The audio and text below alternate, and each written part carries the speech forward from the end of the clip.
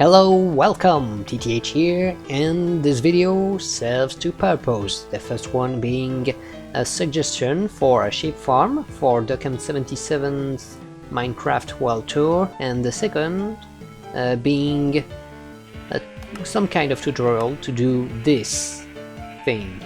So, as I said, this is a sheep farm, and the idea is that all you have to do here is just go sideways and shear the sheeps, and as you can see, you can reach the top row, just like the bottom row, and once you're done, you just press that button.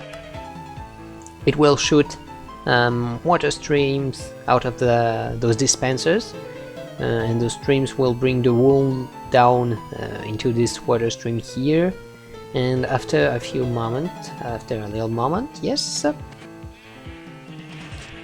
the wool is here. So the idea is that it's kind of compact and you don't need to get inside the pen to grab the wool.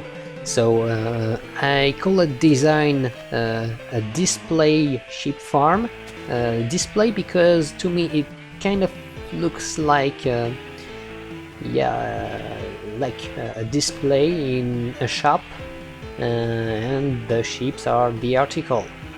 So yeah, so you can have up to 7 sheeps per row, because of the top row, which needs 1 extra block, but I would suggest to put less than 7 because of the fact that sheeps tend to mix together, just like here. So it can be fixed pretty easily simply by shooting snowballs at those guys, and they will automatically push each other. Yes, but at the same time, when the water streams comes out, the pressure will be so high that those two ships will most of the time get mixed together. So with less ships, this also means a lower probability to mix up the sheeps. And what else? Oh yes, so in case you would kill accidentally a sheep, I don't know, purely by accident, well, it's not really a problem as long as there are 2 sheep inside, because all you have to do is just breed them together. Wait a moment, and there you can see the sheep was born, and you just shoot, and there we go, you have more sheep for this place, and you can repeat the operation again and again. Of course, oh yes, I guess you have noticed that one of the sheep here kind of glitched out inside the ground. So this isn't really a problem, because even if they look like they are escaping or something, they are not. They are still here, but it's just a purely graphical glitch. Well, not completely graphical, as you cannot see here sheep that are being glitching out, but yeah. Also, another advantage of that kind of design is that you can stack those things, so you can have a second layer here, for instance, and yeah, so let's see with the yellow wool, yes, and why not the brown wool? So I'll activate the thing, and we'll see that we can get brown and yellow wool. I'll just get straight to that. And here we go. As you can see, we have yellow and brown wool, and that magenta wool is just because some wool was stuck here. I guess that's just a matter of timing, that it can be fixed easily, but you get the idea, I guess. And I guess I'll just show you guys how to build that thing if you want to make one for yourself. So see you in a moment. Now I need to warn you first about something. I'm not really used at making tutorials and stuff and all, and I also know that you're not supposed to say that, but I'm saying it anyway. Screw the rules! But yeah, so that's why I'll put the world download so you can see by yourself, but I'll try the best I can to explain you guys how this thing works. So first of all, this is a cut of the device. As you can see, there are grass blocks on the bottom, so that's to feed the sheep so they can regrow their wool, and also there are some extra grass blocks so the grass can regrow indefinitely. And yeah, so the sheeps, so you need to make sure that the sheeps will not be able to get out of here when the water will be shot out of this dispenser, excuse me. And to do that, you simply need a block at the same level at as their head, I mean, because the sheeps, where do I have the sheep? Here, okay. So you have a sheep here.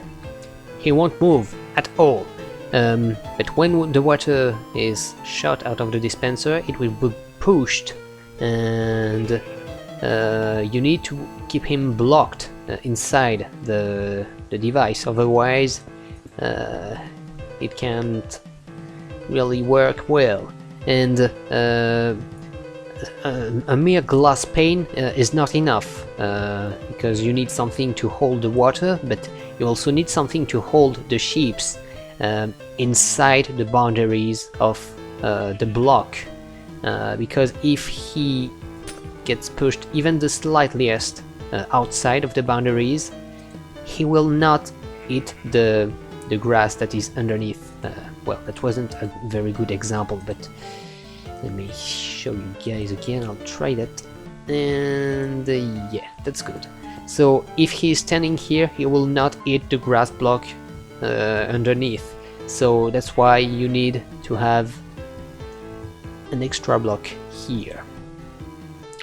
And the principle is the same on the upper row, and yeah, so oh, also some tips for this thing. You don't need to push the slabs once you have the sheeps inside the pens. You won't need to push the slabs with pistons, because as you can see, when I'm trying to place a block here, it doesn't work, but sometimes it will. So you need to try, and eventually you'll be able to make it. And also, quick reminder, you can breed those guys inside the pen, so as long as you manage to get 2 sheep inside, you're good to go. And now there should be a sheep, a baby, yes. So all you need to do you need to dissociate them first. So what you can do is punch them, or use a snowball, or something. Do it the way you feel it like doing it. And what did I just say? I don't know if that makes sense, but you guys get the idea. Also, just a quick note, as you can see, those sheep are not moving at all, even if this one can actually move outside. Just push him a bit, and you can see he is able to go through the slabs. This is because he considers the slabs as a full block, so for him, for this sheep and this one, is just the same thing. Since they are slabs, they consider them as a full block, and they won't even try to pathfind outside of this area. And yeah, that's one of the advantages of this thing, of those slabs. First of all, they prevent the sheep from going too much upwards when they are being watered like this. You can see they don't go anywhere. And what else? And the other thing is that they won't move at all. They won't take any initiative. And yes, and that's something because you want them to to stand still because they need to have their very own grass block. As I explained you guys, if they are not properly aligned with their block, they will not eat their grass block. So yeah. Get over here! Oh, what about? And I guess that's pretty much it. So as I said, I'm not very used at making tutorials and all, and I'm trying, of course, but if you have any question, just check the comments section and make sure to leave a comment, and also make sure to check the world download I'll put in the video description if you want to check it by yourself and try stuff out. And yeah, so thanks for watching and see you some other time. Now wait, first, before we leave, first I'd like to show you guys that little thing. This is just the timer I used. So it doesn't use any repeater, it just uses salt sand, and the fact that salt sand will also slow down entities that are being pushed by water. And yeah, so this will power the dispensers, so they will toggle the dispensers, and that's also where the button is. Yes, that's the button. That's the button, and yeah. And the principle is that after a while, there's a shorter, how do we call it again? A delayer, yes, a shorter delayer here, just for before it toggles the piston, so we can. Oh well, you guys will check that. It's not really the main point of the video, so, but I just wanted to show you guys that it's just a basic idea of